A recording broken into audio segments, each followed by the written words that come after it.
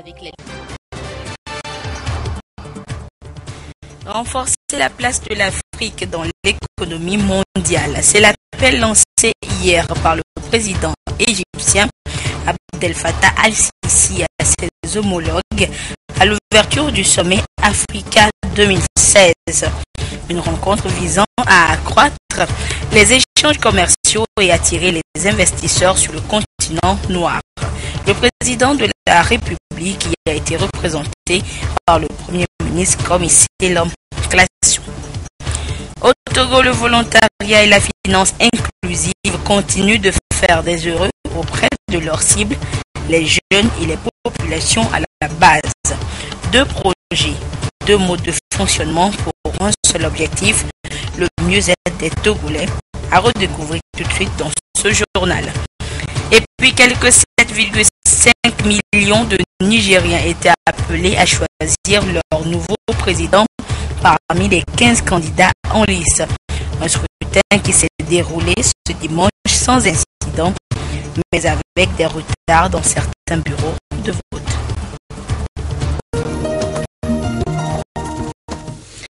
Voilà pour les titres de cette édition. Bonsoir à toutes et à tous. La ville de Sharm el-Sheikh a accueilli les 20 et 21 février dernier le Forum Africa 2016 des affaires et de l'investissement.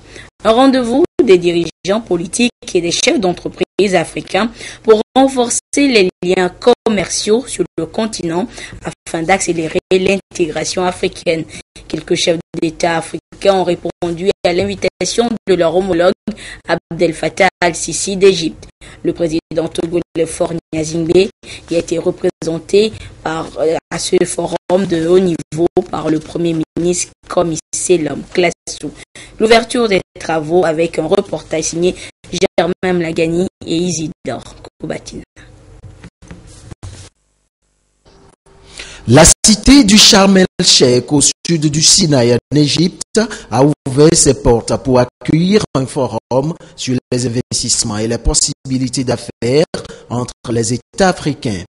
Un forum qui a pour principal but de faire progresser le commerce intra-régional africain, d'attirer davantage de capitaux étrangers en Afrique et de faire découvrir aux partenaires occidentaux les nouvelles opportunités d'affaires en Afrique.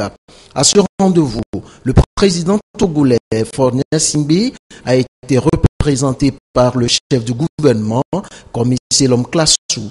À l'ouverture des travaux, le président égyptien est revenu sur les objectifs du forum et invité les pays africains et les chefs d'entreprise africains à œuvrer pour stimuler les échanges et les investissements entre les États africains tout en créant des alliances stratégiques entre le secteur public et privé.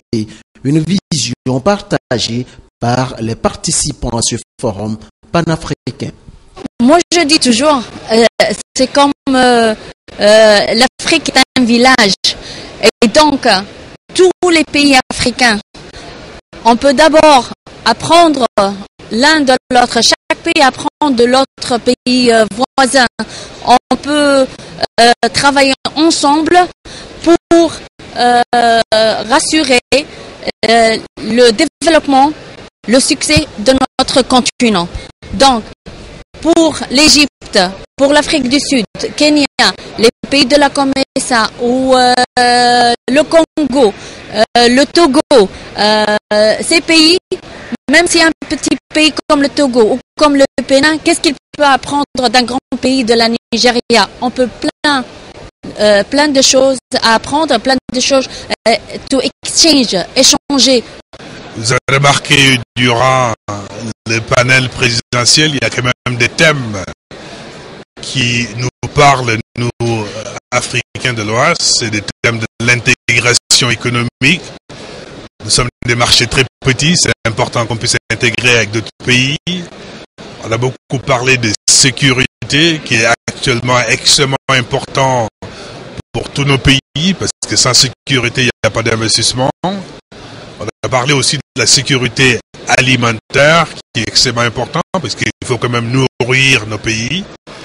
Mais secteur qui m'a énormément aussi touché, c'est le secteur de l'énergie. Les échanges vont permettre aux différents acteurs de prendre la mesure des grands défis à relever.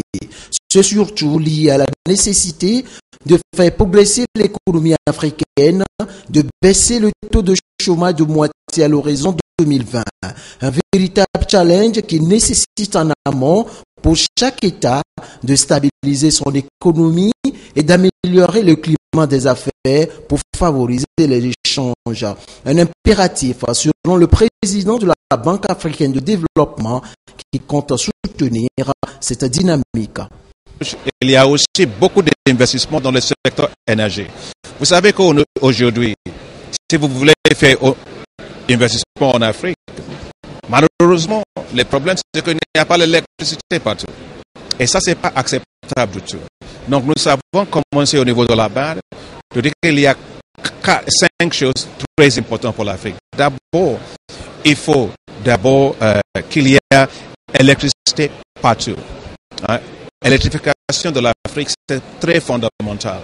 Avec ça, il y aura une industrialisation, il y aura la création de l'emploi avec les petites et moyennes entreprises, il y aura la compétitivité élevée de l'Afrique. Ça, c'est très important. C'est la raison pour laquelle la Banque africaine de développement a lancé un grand projet que nous appelons le nouveau deal pour l'électricité en Afrique, avec le but d'installer d'ici 2025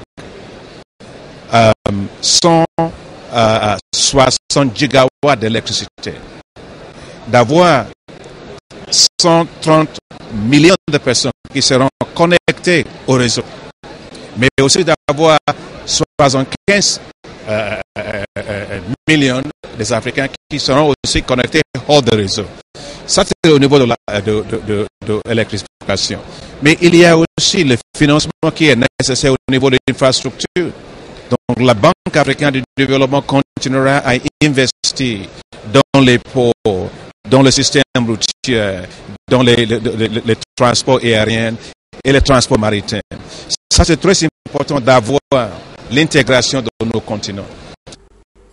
En organisant ce forum, l'Égypte s'ouvre au continent et veut renforcer les liens de partenariat avec les pays africains. Le Togo, qui entretient déjà de très bonnes relations avec la République arabe d'Égypte, espère profiter davantage de cette relation dans un partenariat bilatéral dans les domaines comme la télécommunication, la santé, l'éducation, les infrastructures, le commerce et dans d'autres secteurs porteurs. Et en marge des travaux de ce forum 2016, le Premier ministre commissaire Lom Klasso a été reçu en audience par le président égyptien Abdel Fattah al-Sisi. Commissaire Lom Klasso est allé transmettre au président égyptien les salutations et les amitiés de son homologue togolais, tout en échangeant avec lui également sur le renforcement des liens de coopération bilatérale entre les deux nations. Nous écouterons tout à l'heure le Premier ministre, commissaire Lom Klasso, dans le courant de cette édition. Nous nous intéressons à présent au volontariat national dans notre pays. Ce programme, l'un des exemples de réussite en Afrique qui a permis à plus de 8000 jeunes Togolais de bénéficier d'une première expérience professionnelle au sein d'entreprises publiques, privées ou d'associations. Zoom sur cet outil de promotion de la jeunesse avec Aimé Abalo. Ils sont déployés dans toutes les sphères de la vie socio-économique. La santé, l'éducation, l'administration publique, l'agriculture et le développement communautaire. Les jeunes volontaires togolais, primo-demandeurs d'emploi, renforcent ainsi leur employabilité pour se rendre compétitifs sur le marché du travail. Dans ma structure, on fait plus le terrain que le bureau. Donc toutes les activités se réalisent sur le terrain et j'accompagne mon chef de projet et le directeur exécutif dans la réalisation des activités de la structure. Donc cela, j'ai acquis beaucoup parce que sur le campus, on n'a fait que la théorie. Donc sur le terrain, j'ai appris comment mettre cette théorie en pratique. Avant, on ne parlait pas devant le public, mais maintenant on peut parler devant les gens pour animer les groupes de parole et autres. Bon, on fait aussi des suivis des activités et en général. Donc, et le volontariat est bon. Pour toute personne qui peut postuler, c'est bon. Tu vas acquérir au moins quelque chose dedans. 8000 jeunes sont enrôlés depuis le début du projet en 2011. Chacun a au plus 5 ans pour sortir du système pour permettre au cycle d'enrôlement de se perpétuer. 2000 volontaires se sont déjà retirés du circuit. Bien rodés, ils se sont offerts de meilleures perspectives. Cette année, des innovations sont encore en vue. Le projet étant sensible et ses ramifications. Les résultats encourageants déjà obtenus sont source d'une certaine fierté nationale et suscitent l'admiration au-delà des frontières. Le Cameroun, le Niger, le Gabon, le Bénin et bien d'autres pays demandent à s'inspirer de l'exemple togolais. Environ 2,5 milliards sont déboursés chaque année par l'État pour appuyer l'Agence nationale de volontariat national. Il est accompagné par le PNUD, France Volontaire, le Volontariat des Nations Unies et d'autres organisations internationales. Et de son côté, le Fonds national de la finance inclusive a fait plus de 300 000 bénéficiaires l'an dernier. Cette année, le projet veut s'installer dans les zones qu'il n'a pas encore atteintes. L'APSEF d'abord, puis l'AGICEF et l'AGRICEF. Le FNFI apporte une certaine amélioration dans les conditions de vie des populations et la clé de cette réussite, c'est la formation, l'encadrement et l'accompagnement des bénéficiaires. Sylvain Rabdou. Dernière séance de formation avant de toucher le crédit AGCF, accès des jeunes aux services financiers.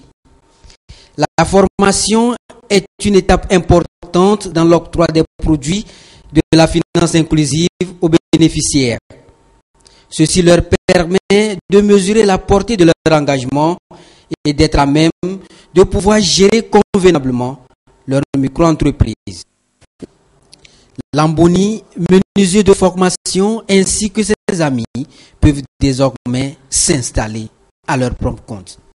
Tout comme ces jeunes, les différents groupements et coopératives reçoivent un encadrement, ce qui entraîne des changements positifs dans la vie de leurs membres, notamment ceux qui ont eu le tout premier produit APSEF, accès d'éprouve aux services financiers.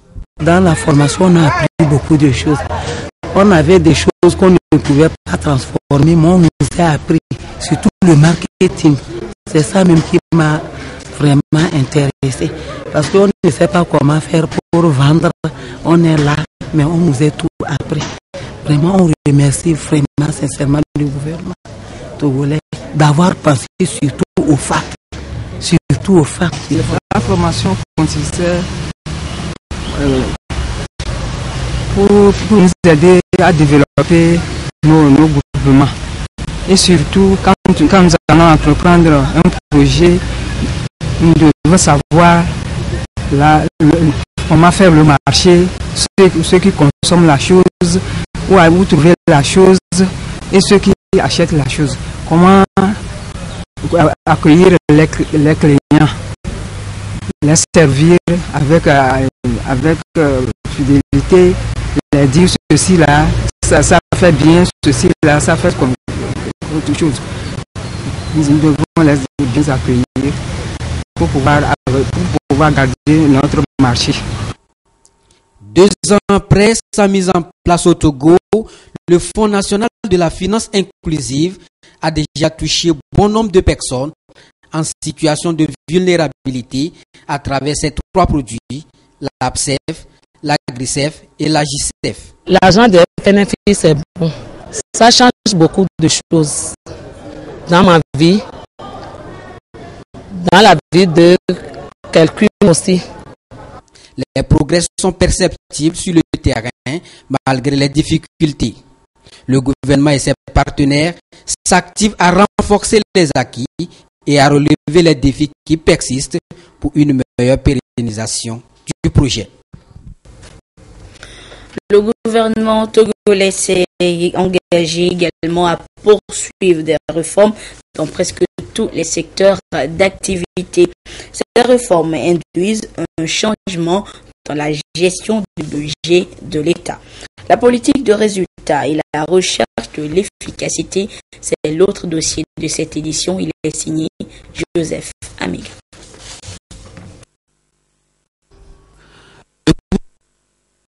A changé son approche de gestion budgétaire et a réformé le cadre de gestion publique pour l'orienter vers les résultats et la recherche de l'efficacité.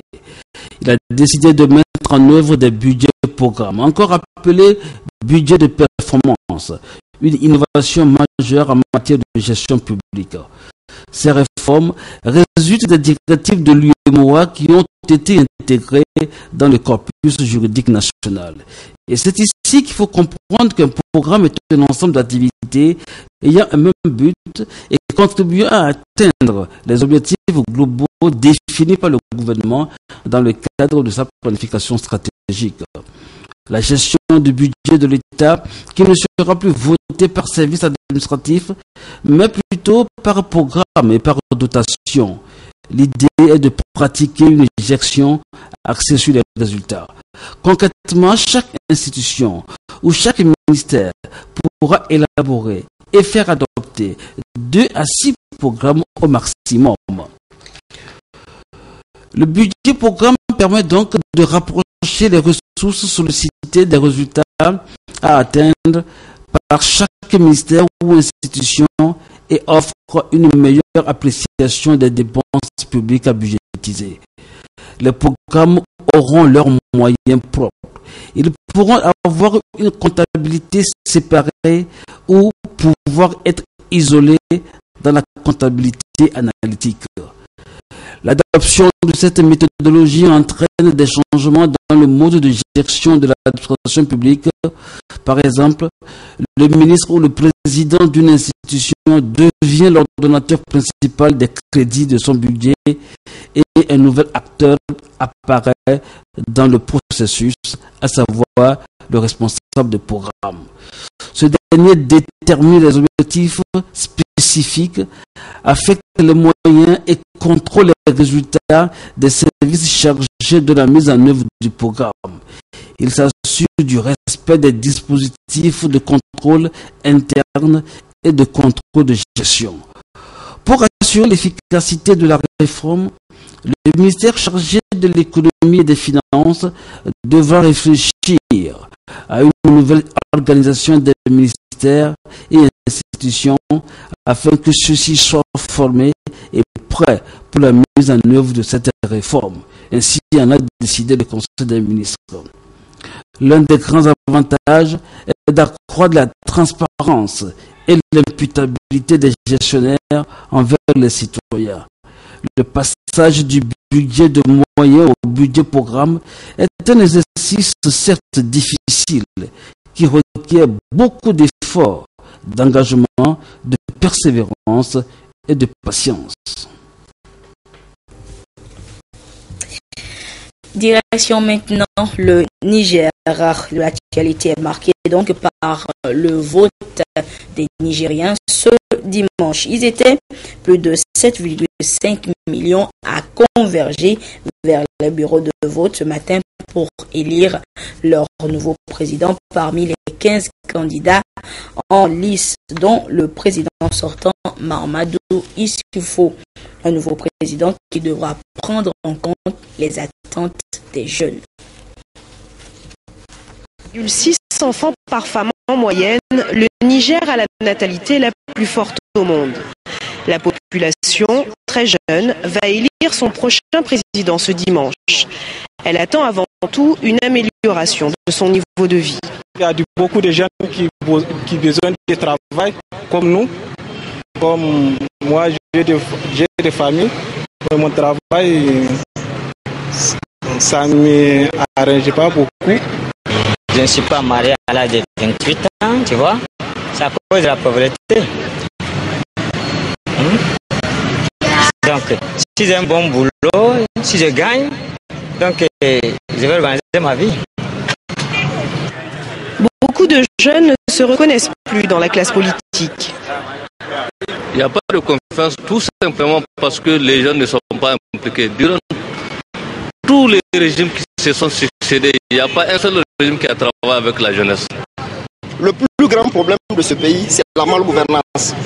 Nous avons pas mal de ressources. Nous avons le pétrole, nous avons l'uranium, nous avons pas mal de ressources. Si on arrive à bien gérer ces ressources-là, je pense bien qu'on pourra très bien s'en sortir. Sur le campus de l'université de Niamey, les étudiants partagent ces préoccupations. Maintenant, le problème qui reste, c'est le manque de travail. Vraiment, le manque de travail, c'est un fardeau. Moi, c'est ce que je sollicite. Aujourd'hui, il y en a des bacheliers, des diplômés, des doctorats qui n'ont pas de travail. Vraiment, ça ne fait pas l'honneur. Sur le plan de l'éducation, il y a des insuffisances d'infrastructures. Ici, on peut le dire, surtout les écoles publiques. Ces jeunes de moins de 35 ans représentent plus de 75% des électeurs. Ils ont donc été très courtisés tout au long de ces 3 semaines de campagne. La question est maintenant de savoir s'ils se rendront massivement aux urnes dimanche. Si tel est le cas, leur vote sera déterminant dans le choix du prochain président du Niger.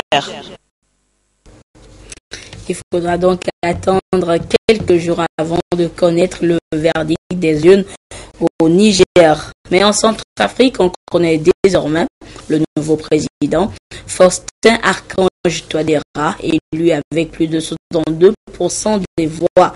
Son rival a reconnu cette défaite, mais le plus dur reste à venir pour le nouveau chef de l'un des États les plus pauvres de la planète et ravagé par une guerre civile de près de 3 ans. C'est modeste, il a la réputation d'un homme qui parle peu, mais qui sait écouter, celle aussi d'un véritable bosseur, qualité indispensable dans la Centrafrique d'aujourd'hui. Faustin Archange Touadéra tourne la page de la transition, élu président de la République centrafricaine. Élu à plus de 62% grâce notamment aux voix des électeurs traditionnels de l'ancien président François Bozizé, renversé en 2013, pour qui il a été son tout dernier Premier ministre. 5 ans à la tête de l'exécutif, qui en ont fait un candidat populaire pour avoir régularisé le paiement des fonctionnaires et être notamment parvenu au terme de longues médiations à des accords de paix entre pouvoir, opposition, société civile et rébellion. Ensemble, nous allons faire de la République centrafricaine un pays uni, solidaire et prospère. Centrafricains de toutes les régions, de toutes les religions, des différents statuts sociaux, de tous les secteurs d'activité, de toutes les générations. Nous allons transformer notre pays en un vaste chantier offrant des opportunités d'emploi aux jeunes, créant de richesses pouvant être redistribuées de manière équitable. Signe peut-être qu'une page est bel et bien en train de se tourner à Nice. Georges Dologuélé n'attend pas la validation des résultats par la Cour constitutionnelle pour reconnaître sa défaite. Il s'engage dans le même temps à n'entamer aucun recours et surtout il s'adresse aux plus jeunes de ses partisans. J'invite mes militants, sympathisants et alliés à garder le calme dans l'esprit de notre devise et à accompagner le nouveau président de la République dans l'œuvre de réconciliation et de redressement de notre cher beau pays. La réconciliation, le grand dossier sur le bureau du nouveau président, après 2 années de violences interconfessionnelles qui ont fait entre 3 et 6 000 morts dans l'un des pays les plus pauvres du monde, à l'économie complètement dévastée. On s'achemine également vers la présidentielle aux États-Unis. Pour l'heure, les primaires battent leur plein dans les 2 camps. Chez les démocrates, Hillary Clinton a remporté l'étape du Nevada. Côté républicain, sans surprise, le milliardaire Donald Trump s'impose toujours. Hillary Clinton rafle la mise dans les casinos du Nevada. La favorite de la primaire démocrate avait bien compris que la troisième primaire de son parti se jouait notamment dans les établissements de jeux de Las Vegas et ne s'y trompe pas en adressant ses premiers remerciements. Je veux remercier chacun de vous qui êtes allé avec détermination aux quatre coins de l'État. Et tous les employés d'hôtels et de casinos qui n'ont pas hésité. Ces derniers jours, l'ex-secrétaire d'État avait concentré son discours sur les discriminations sociales et raciales visant les communautés noires et hispaniques, des communautés très représentées chez les employés de casinos qui ont massivement voté ce samedi. Paris gagné donc, mais sur le fil du rasoir. Son adversaire Bernie Sanders reste au contact, obtenant près de 48% des voix des caucus démocrates du Nevada. Le sénateur du Vermont serait même devant au sein de la communauté latino et chez les jeunes. À l'autre bout du pays, en Caroline du Sud, les électeurs républicains ont donné raison au sondage en accordant plus de 30% de leurs voix au milliardaire Donald Trump. Le spectacle peut donc continuer. Il n'y a rien de facile à être candidat à la présidence. C'est difficile, c'est méchant, c'est vicieux, c'est magnifique. Derrière Trump, le sénateur de Floride Marco Rubio et celui du Texas, l'ultra-conservateur Ted Cruz, se placent respectivement en deuxième et troisième position avec environ 22% chacun. La surprise est venue de Jeb Bush, une nouvelle fois distancé. Le frère de l'ancien président a définitivement jeté l'éponge. On revient une fois encore aux travaux du Forum Africa 2016 des affaires et de l'investissement à Sharm el-Sheikh en Égypte. Et en marge des travaux, je vous le disais, le chef du gouvernement, comme ici l'homme Klassou, représentant le chef de l'État, a été reçu en audience par le président égyptien Abdel Fattah al-Sisi dans le salon présidentiel du International Congress Center de Jolieville à Sharm el-Sheikh. Le chef du gouvernement est allé transmettre au président égyptien les salutations et les amitiés de son homologue togolais. Et les deux hommes ont aussi échangé sur le renforcement des liens de coopération bilatérale entre les deux nations. Nous écoutons le Premier ministre au micro de Isidore Koubati. Nous avons d'abord de l'intérêt que tous les pays ont à porter les valeurs de ce Forum Africa 2016. Et donc, j'ai donné tout à l'heure quelques éléments, notamment ce que le Togo peut bénéficier en termes d'opportunités et ce que les autres pays également peuvent venir faire au Togo avec les moyens de développement que nous mettons en place au niveau du port, au niveau de l'aéroport, au niveau même du transport routier et donc les opportunités dans le domaine des affaires. Le Togo a aussi beaucoup de choses à donner et donc nous avons passé en revue ce que le Togo peut apporter à l'Égypte et ce que l'Égypte peut également apporter au Togo en venant participer. Au nom du chef de l'État togolais à ce forum d'investissement et d'affaires Africa 2016, le Togo voudra confirmer sa détermination à coopérer avec tous les États du continent africain et particulièrement avec l'Égypte qui a une longue expérience. Le Togo voudra, dans sa volonté d'aller vers le développement a mis l'accent sur les infrastructures, notamment les infrastructures portuaires. Aujourd'hui, le Togo, qui, avec son port, est le seul port en eau profonde dans le golfe de Guinée, a mis beaucoup de moyens pour développer ces infrastructures portuaires. Ce qui fait que de grands bateaux, des transbordiers, peuvent mouiller dans les eaux du Togo et permettre aux autres ports voisins de venir soit charger ou décharger.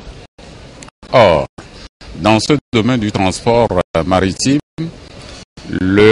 l'Égypte a une expérience que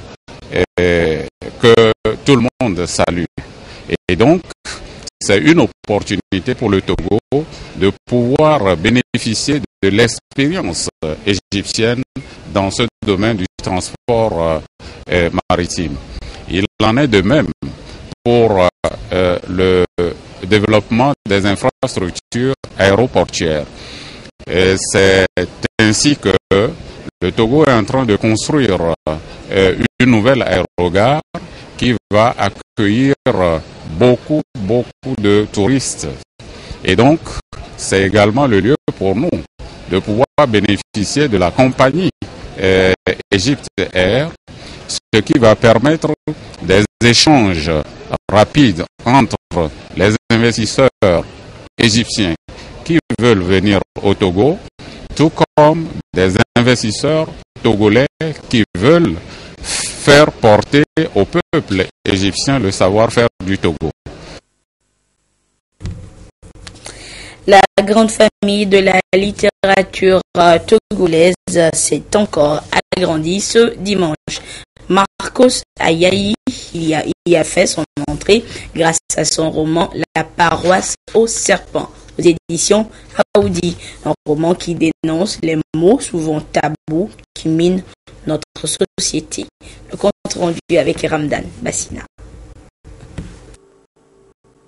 La société, c'est sa source d'inspiration pour dénoncer les mots dont très souvent on se refuse d'en parler, soit par hypocrisie, soit par des règles inavouées. Mais quand l'écriture littéraire est bien choisie, les mots pour le dire viennent d'eux-mêmes. La paroisse au serpent, œuvre de Marcos Ayayi, 43 ans, est un roman qui, à travers une histoire d'amour, finit par toucher du doigt l'homosexualité, la pédophilie, l'inceste. Ce roman, La paroisse au serpent, c'est un roman dans lequel je voudrais seulement parler des gens, tout simplement, qui ne sont pas bien, qui ont des caractères un peu bizarres dans la paroisse. Donc il y a des choses tellement bizarres qui se passent aujourd'hui. L'homosexualité, c'est partout maintenant, peut-être ici aussi, mais que les gens ne savent pas encore. Liberté d'artiste ou liberté d'expression, en tout cas, Marcos Ayayi a su juguler des deux pour dire haut ce que les autres disent tout bas. Et c'est cette audace que salue la maison d'édition Aoudi. Il y a beaucoup de romanciers dans la littérature togolaise, mais les éditions Aoudi ont accepté de publier M. Marcos Ayayi compte tenu de l'audace de son écriture, à cause des thèmes qui sont abordés dans cet ouvrage, des thèmes liés par exemple à la pédophilie, à l'homosexualité. Ce sont des thèmes jusqu'ici qui sont considérés comme des thèmes tabous dans notre culture, dans notre société, mais que notre cher ami Ayayi a le courage et l'audace quand même d'aborder, un temps de veiller un peu la conscience des uns des autres sur de tels phénomènes. Loin de lui l'idée de jeter l'opprobre sur l'Église et les prélats. Marcos entend jouer son rôle, celui d'éclaireur. Cet amoureux de la lecture est aussi dans l'import-export. Voilà, ainsi se referme cette édition. Merci À vous qui l'avez suivi un peu partout grâce à la télévision togolaise. Au revoir.